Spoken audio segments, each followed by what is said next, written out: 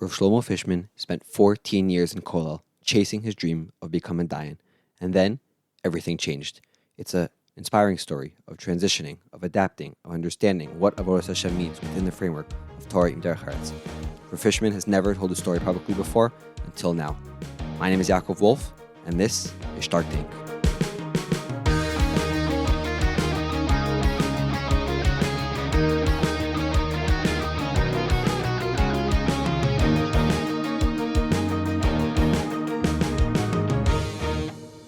So, Rav Fishman, welcome to the show. Thank you so much for speaking to me today. Thank you for having me today. So when you were a young man, you were in your early 20s, you got married and you were starting to have children, you had a very clear sense of who you were and what your trajectory was in life. So maybe tell us a little bit about that at that point in your life. All right. After marriage, I had a pretty clear vision and guidance from my parents, Rabbanim, that I wanted to go into Rabbanis and Dayanos. So I consulted with my wife, and we chose the best Kollel for that purpose. And I gave 14 years for that purpose. I studied Rabbanis and Dayanos in the Kollel Harry Official in Yerushalayim. And there's a department in Bayit Vegan for Mechon Harry Official. So I was there for 14 years. First 6 years were in Rabbanis, and then 6 years in Dayanos, 8 years in Dayanos. And then the road was open for all opportunities. And that's where things started to get complicated and gray. So you said that you were told by your Rabbanim and your teachers to be a Rav and a Rosh Yeshiva. I assume that as a combination of both your personality traits and your intellectual capabilities. And in that world, that's considered like the top thing. If you are recommended by your Rebbe to get a Ram position, to get a Rosh Yeshiva position, to become a Dayan, that's like within the world of yeshivas and Kollel in many sense, that's like the top of the top. Is that correct? Yeah, that's correct. The guidance I got from my Rabbanim and Rosh Yeshiva was that I should not look for an early position, no early exits, meaning put in the effort, put in the time. And as a rule of thumb, one of my Rosh Yeshivas told me, don't take a job before you're 30. So I knew I had to really put the investment in and not look for the early offers and opportunities that came my way. The essence of it was, if you want to be an Am Haaretz, take an early job. Wow. And so you were really invested in this path, a lot of years, a lot of energy and a lot of effort. And then, as you said, things got complicated. When we last spoke, you told me there were really three main interactions or events that really changed that trajectory. The first was a job interview you took in London. So tell us a little about that story. Yeah, so I was close to London through my wife. My wife's family is originally from London. And I had set my sights on London as an opportunity for entering Dayanos. I went to speak to one of the Dayanim there in one of the Batei Din in London. I used to accompany him after Musaf, and we used to talk and learning and about the opportunities available. I used to come through my wife's family, to come for the summers to London, and then I particularly daven in the shtibel where he'd frequent, and then afterwards go for a walk with him. And his advice was that we have plenty of young Galite who can become Dayanim and are able to learn through the sugyas and be knowledgeable about Choshe Mishpat and Even Ezer. But the area of expertise they're looking for is someone who actually can deal with the legal frameworks and monetary issues that people come with as laymen, as non-educated lamdonim, and therefore to articulate matters to them and give them, convey to them the sense of authority that comes from someone who has a background in law as well as Dayanos is important to their team. So his advice was, go ahead and get yourself an education, go study law. And then when you finish that, we'll consider your candidacy here. And when you got that advice, was that something that immediately clicked for you, or was it something that had a little tension to what you were being told by your Rebbeim previously? I was in a swirl. I wasn't sure what direction I'd be going. It really distorted my compass. And I knew that alone couldn't be the guiding North Star for me. I needed more advice. I needed more guidance. But at that time, it did resonate within me because I felt that I had to take certain steps to establish myself, not only as one of the pack who are contending, but I need to have unique qualities that others don't have. And that would be part of my shtadlos to get a job. So it threw you for a spin, but you were still on the same general path of becoming a dayan, and then you ran into Rav Tendler, if I recall correctly. So tell us what Yes. happened there. Yes. My family has a relationship with Rav Tendler going back many years, in the early Monsey days. And Rav Tendler was in Beit Vegan in my neighborhood, visiting his son-in-law, Rabbi Rappaport. And it was Erev Shabbos, it was Kabbalah Shabbos time. And he used to go for a stroll on the way to shul, a very gentle, calm stroll. And we encountered each other in a public stairway in Beit Vegan. And he approached me by saying, Shlomo, Shalom Aleichem, what are you doing these days? And I told him, Rebbe, I'm studying Dayanos. I want to become a Dayan. And he very chillingly asked me, do you want to starve to death? And I was perplexed, and he said, nobody goes to Basin today in a manner that could provide for your family. You should get yourself an education, go get a degree in law. So this was the second encounter I had with a Talmud Chacham who gave me that sort of advice. And once again, it resonated with me. I knew time was coming for a certain change in life. Wasn't yet sure what it would be. And I needed another nudge from HaKadosh Baruch Hu to give me the direction that I ultimately took. So what was that nudge? So I went to talk with my mashgiach, Rabbi Chaim Wolkin, Zochain Levracha. And the mashgiach told me that, yes, go ahead and study law. I said I was approached by two Talmidei Chachamim who, through chance encounters, and we can say, gave me that guidance. And what does the mashgiach think about it? So I actually took it as a shaila, and he said, go ahead and do it. So then I asked him, where should I go? It's either Hebrew U or where else. And Hebrew U at the time, still is today, it's 5 days a week. It would mean leaving Kollel. It would mean going into a co-ed environment. It would mean going through 4 years of that sort of training. And the other option that was common at the time, it was really common because it was the easiest way for many ex-Kollel guys to go, and that was through the Ono Academic College in Yerushalayim. But that was considered a less prestigious route. And I asked them, should I go to Ono Academic College? That will allow me to stay in a pseudo-Haredi environment. It would give me the opportunity to stay 3 days a week in Kollel. And this was only twice a week, officially 1 morning, 1 afternoon, although that expanded, but it was 2 days a week. And he told me, go to Ono. When I asked him why, isn't Hebrew U the most prestigious academy for studying law in Israel?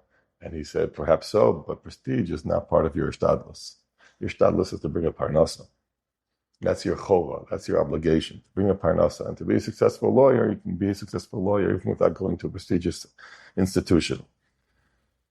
But one ask I do have of you, he said, is that you attend every class and pay attention to the manner of delivery that your professors will deliver their classes, to the degree where not only you become a master at the content they deliver, but also at the manner of the delivery itself, because they study very much to perfect their delivery. It's part of their training, whereas a professor at university is based on the merit of his research, is why he's granted the tenure to teach, but he's not necessarily accomplished in teaching. But these are professional teachers. So pick up the content and pick up the manner of delivery and make sure you don't miss a class. So I set out to that journey. It was very difficult. It was 3 days a week in Kollel, 2 days a week in Ono Academic College, and to graduate top of the class, and then start looking for a job, which is the next section that I did not envision when I set out on that journey. So when you went to law school, were you thinking that you were going to go the Rav Tendler route of doing it for a parnasa outside of the Dayanos, or through the London route, or you weren't sure at that point? At that point, I still had in mind that this can be a viable route to getting back to Dayanos. That was the calling I had. I didn't see it as now I'm deviating from the plan or starting to develop a career as a lawyer. It was really within the framework of 3 days a week in Kollel, continuing the pursuit of Dayanos, and then 2 days a week in law, which would be the accompanying tool for becoming a dayan. And did that end up happening? No, it did not end up happening. The ultimate route is that when I finished law school, the need for a job was imminent. Going to Dayanis and getting a job in Dayanis is only after you've completed your education. So in a practical sense, so that would be in a year of articling as a clerk and intern, and then passing the bar. So I did not think that finishing the academic education of law is what was needed for a Beis Din. It's actually knowing how to apply and articulate the day-to-day operations of a lawyer's life into a dayan's life. So I went out and got a job as a clerk and finished my internship, took the bar, which was also a very difficult task at that time in Israel. They were limiting the time frame to answer each question, and subject matter was always from corner cases and niche areas. So it required a lot of studying in advance, 12-hour days at a time. That was for about a period of 4 months, 12 hours a day. And then passing the bar brought me the license. But now I don't have the experience yet. So get some experience and then come to London. That would have been my plan. When I arrived in London, they had told me already they filled the position.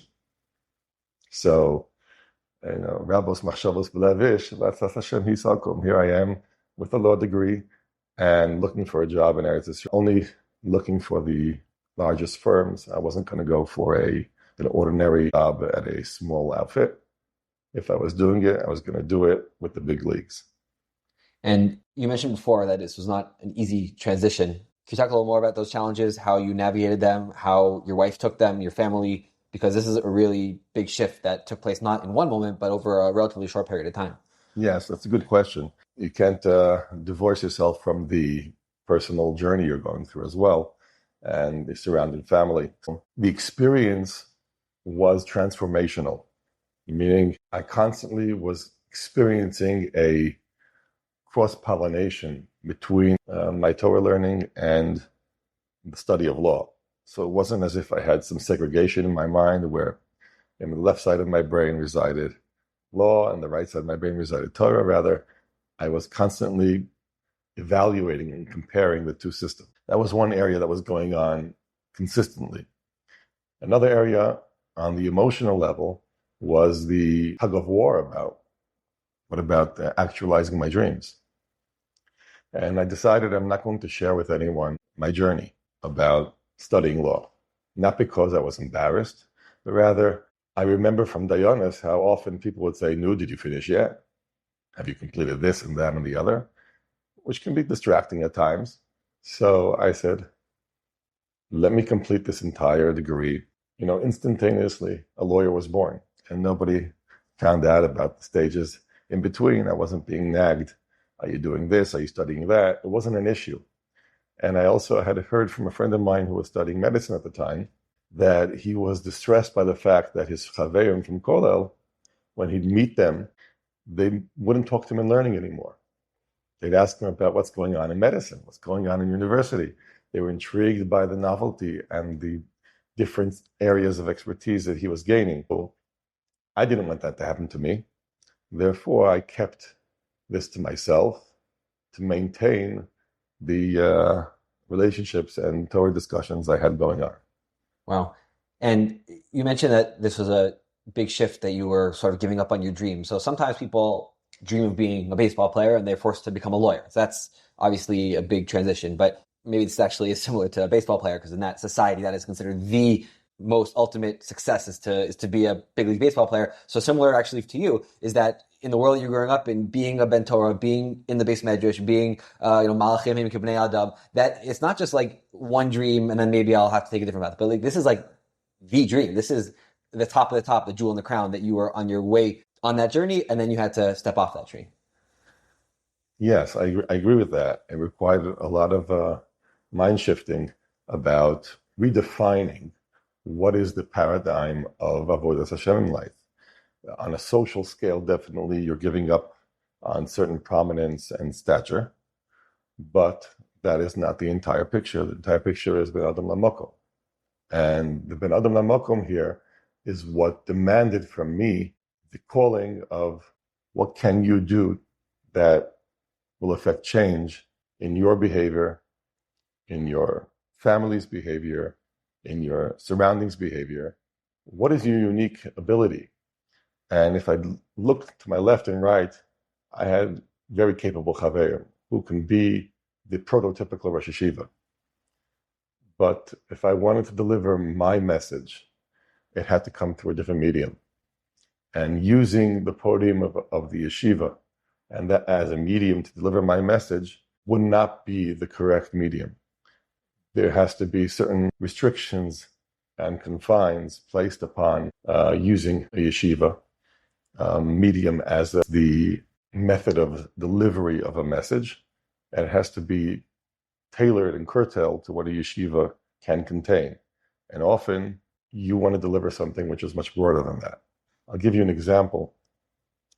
It was back in the Kollel. I was writing a piece for Tchumen. It was a halacha piece on something called Kopi Luwak. Kopi Luwak is a unique coffee, the most expensive coffee in the world. And there was a question about the kashrus of Kopi Luwak. And I spent a long time researching and being ma'ayin in the sugya and reaching a conclusion, talking to poskim, leading poskim in the world about this. And after I crafted my psak, I delivered it to the editor, who took it apart and rephrased it in the way Tchumen readers would want to read it. And when I saw it for the first time, pre-publishing, I couldn't recognize it. It looked to me too easy to read. It wasn't the traditional kind of Chabura format or Torah format that I was used to. And the editor at the time, Uri Daskal, Zichrono Livracha, answered my confusion by saying, it's not the method of Tchumen to deliver Torah to the sophisticated mind. We're trying to reach that dentist between Mincha and Meyer, who's not in the sugya, and he opens it up for 15 minutes, and he's excited by what he's reading, and he gets that flavor of understanding that gives him satisfaction to open it again between Mincha and Meyer tomorrow. And if you can't deliver the Torah that way, then you're reaching a very niche public.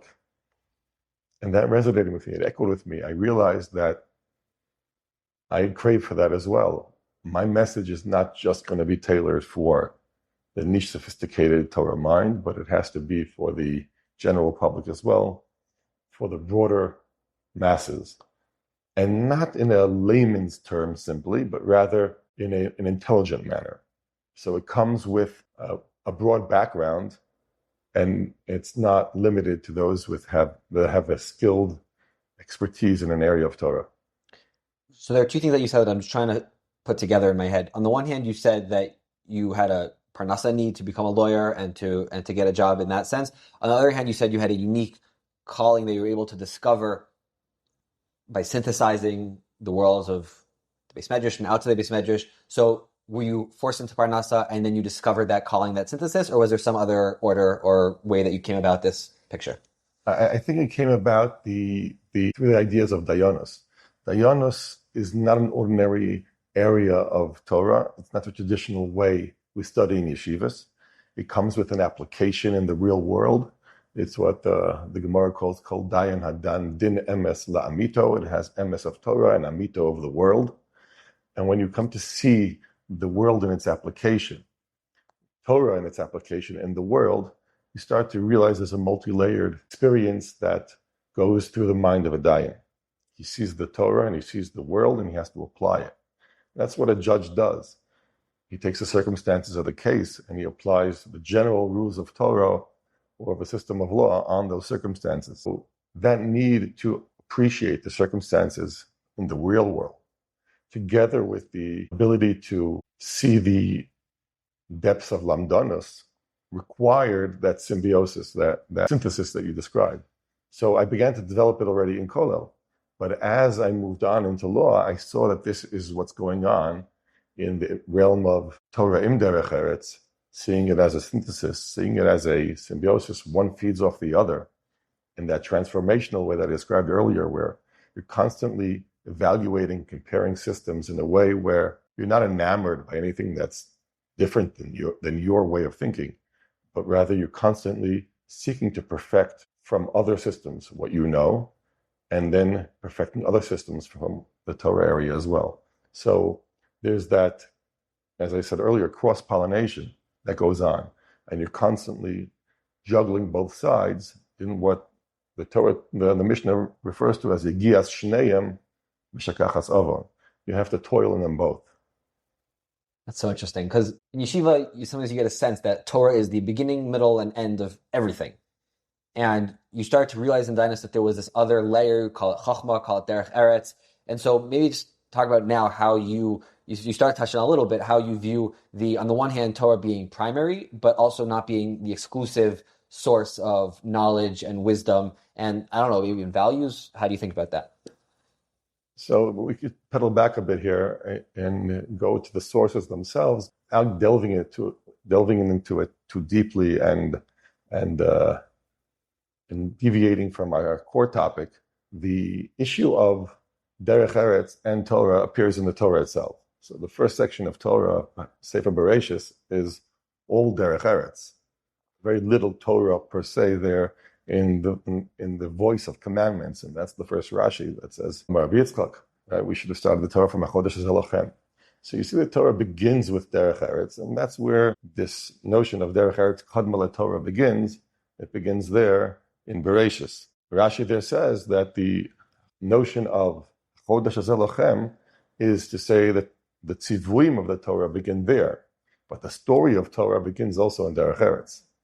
And ultimately, Koach Mas of Higid La'amo, Hashem told us all about those events of Genesis and then what subsequently occurred through the Avos, Laseis Lehem Nachlas Goyim, to give them the inheritance of the Gentiles, of the nations, which is the Derech Eretz. So ultimately, Torah is supposed to encompass Derech Eretz as well. And when Rabbi Gamliel, the son of Yudah Nasi, who had Shtei Shulchanos, he's the one who says, what he's saying is that this synthesis between the two is what eradicates and banishes Avon. Avon is a deviation from the straight path. Rebbe says in the Mishnah preceding that, Ezo derech yeshara, she'yavar lo adam. So what is that deviates a person from the derech yeshara? That is the Avon, that is the ivut, that is the method of the Satan who is causing that deviation. Which Satan comes from stiyah, from deviation. So deviating from the path.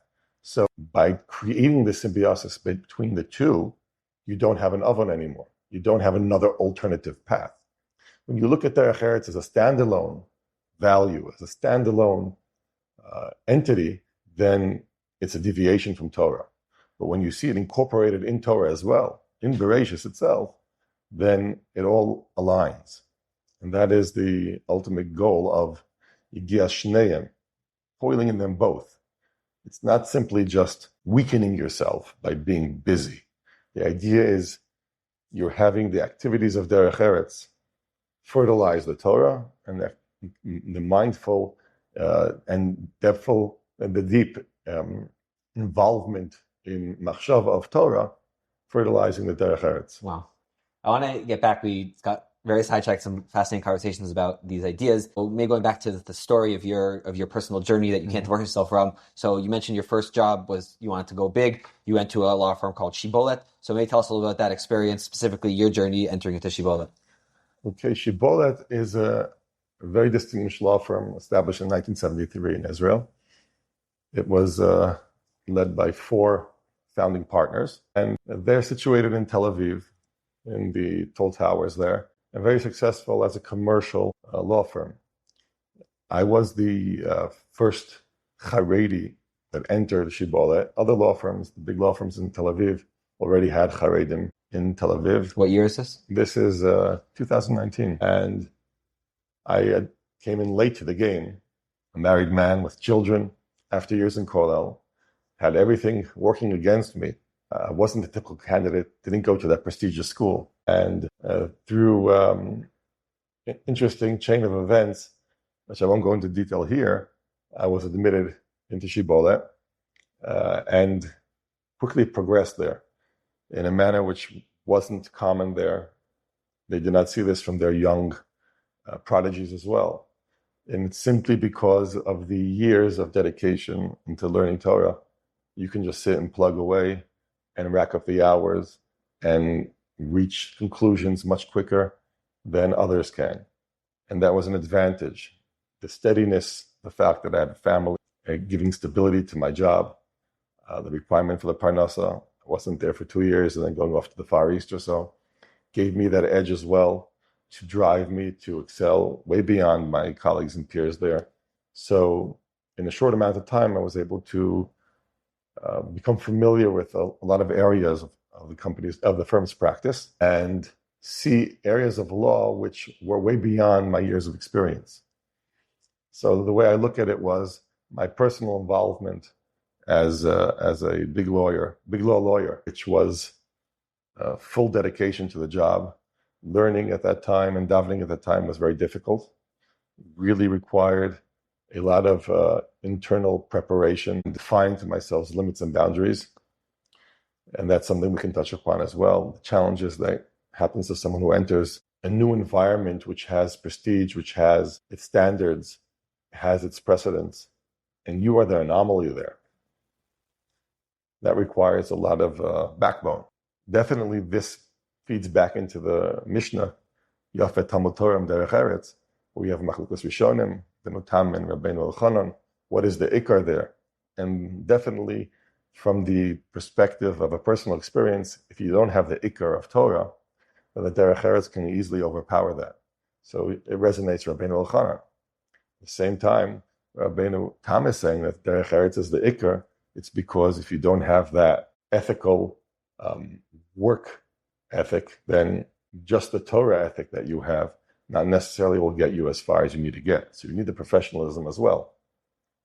And that dedication over years in Kollel gave me the ability to push through all those barriers that were set in the Tel Aviv law firm environment and excel at it in an excessive way, which I never imagined that's what I'd see as a result as well. Shibolet definitely was a baptism of fire for me, going into the non-frum law world in the most prestigious sense of it, which was beyond what Ono Academic College could have offered me, and seeing the broader world of commerce firsthand, first chair, getting involved in the biggest deals happening in Israel. So you mentioned that you had both the preparation, the work ethic that you got from yeshiva, but to me, yeshiva does give a lot in that sense of being able to push and be able to focus and be able to separate the important from the less important. But as far as backbone and boundaries and withstanding the sionos, that's something that in yeshiva is sort of by design not meant to be. You're away from the sionos, you're shut off from the outside world. You don't really need to make decisions between right and wrong in that way. So was that something that you got experience from in yeshiva, or that was the baptism by fire part of it? Yeah, okay. It's a good question as well. Generally, the yeshiva system has two methods. One is the method where there's a strict supervision, and the other one is where they give you the autonomy to make those decisions yourself. And some will travel through the strict supervision yeshiva and then have that shielded experience and difficulty later on to make those decisions, whereas those who had more autonomy in yeshiva were able to set up their own boundaries. So it's really a balance of the two. The yeshivas that I attended had strict supervision at times and then afforded me the autonomy to make up my own schedules, especially during Kollel. The Kollel years were very formative in that sense. When you're trying to build a program, a long-term program, 14 years, Rabbonos and Dayanos, you start building those senses of boundaries and concern for slippery slopes and so on. You become much more attuned to that. So the Kollel definitely helps that. Okay, so after Shibolet, what was the next step for you professionally? So this goes to the year 2022. At that point, I had decided that I want to go on a partner track. I want to go further. In Shibolet, I understood from the top brass that they weren't ready for that step yet for a Haredi partner. So I decided to look elsewhere, and I went to a high-tech company. Once again, as I said earlier, with Dayanos, I wasn't looking to be just one of the pack and have follow the same track as everyone else. I looked for something different, and I was looking for an area where I can apply my international background and awareness of in commerce and halacha. So I found a company in the US, which I joined as a general counsel, along with something unique, which was bringing business value to it as well, and being the vice president of strategic partnerships. The company is called iPostal One. They're based in Montebello, New York, and I travel quite often now for business, whether it's to Europe or to the US. And it's a little crazy that you have such a senior position after just 3 years post school. Did I get that right? Yes. It was an opportunity which doesn't happen to many lawyers 4 years after law school. I'm thankful to the company for that. There was a convergence of opportunities here. One, I mentioned the experience I gained at Shibolet, which was round-the-clock work, which gave me, in 3 years, probably 6-7 years of experience. So that really gave me an inch up on that job. And the value which I decided to attach to it, which is business development. It's not just a legal position per se, but includes the added enterprise value of having someone who can further sales as well. Wow. So throughout this time, you've gained this totally different perspective because you're really immersed in the business world. So you told me before that you have tried some initiatives that focus on that end of the Derech Eretz angle within the Torah Derech Eretz framework. So maybe talk a little bit about that, and specifically about, maybe start with, what do you think is most missing when you look at B'nai Torah in the workforce? What do you think people miss, or what mistakes do you see them making most often? It's hard to critique that people are going through their own personal circumstances. To look at it as a unified body would be incorrect. Everyone goes through their own nisyonos of Derech Eretz, their own nisyonos of Torah. So, and there's no system about it. We don't have a school that teaches how to embody Torah and Derech Eretz. Even schools that proclaim to have that on their school motto, it's not something which can be easily taught in a unified pattern. These are areas of personal differences. Every temperament is different. Everyone has their own relationship with the Kodesh Baruch. So it's very difficult to critique the public. That's something which I wouldn't even embark on doing. The general area which I put some efforts into is before I started in Shibolet. So the word Shibolet to me immediately echoed Psukim and Tehillim that talk about a swirl of water, Shibolet Shetafasni, and I envisioned the workload that was going to sweep me away from learning. I was very concerned about that. So we established, a few friends, we got together and established a common chabura we called it Vad Ovdim. It was a play on words. Ovdim are Ovdi Hashem, but we're also Ovdim, we work in toil in this world. And we got together. Each of them were professionals in their field. And we discussed these matters. How can we perfect ourselves? How can we protect ourselves? How can we excel at what we're doing? Because the ultimate notion that we were working with was, this is not the mahalach of the door. The door does not seem to go that way. A Rebbe of mine in the past once told me, if you feel you're shaykh to previous doros that did these things, then you're shaykh to a different door. Some may say that previous doros were always like the door today, and maybe future doros will be different. So I see that everyone perceives the world and history differently. But the ultimate notion is that there's something different in the pattern of life that we're choosing, and we have to deliver a message which will embolden and empower us, and at the same time not contradict and attract attacks from outside as well. So we had to work very carefully, and that's part of what goes on in the transformation of someone who goes out to work, is that he suddenly becomes a nistar. A lot of what goes on is between him and Hashem. There's nothing that he can really flaunt and show outside in his own development of Avodas Hashem. When you're learning and you're in Kollel, everyone can somehow figure out your level in learning. The way you ask a shaila, from where do you bring a raya, how you bring a raya. You're able to discern someone's darga.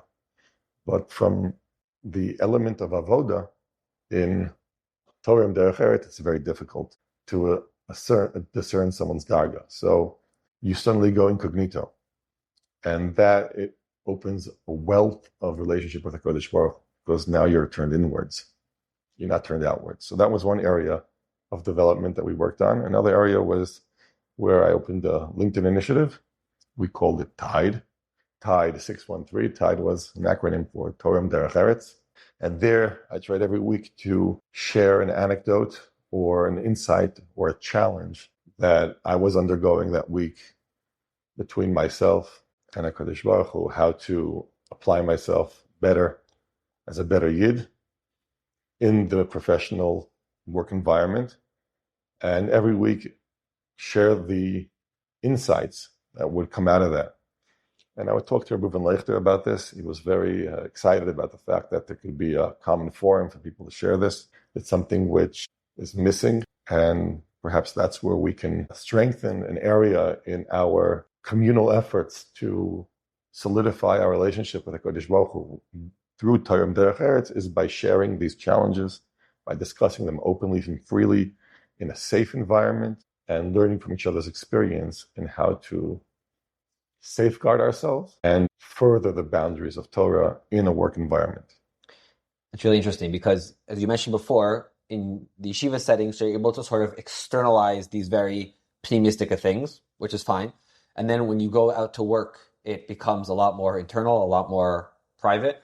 And now you're trying to create an initiative which sort of brings it back out to the public. And then you have to start dealing with things like marketing and sales and having the business, just as far as getting a message out and communication and getting people along. So you're sort of taking something which is very pnimi, very internal, and then you have to sort of commoditize it, commercialize it a little bit.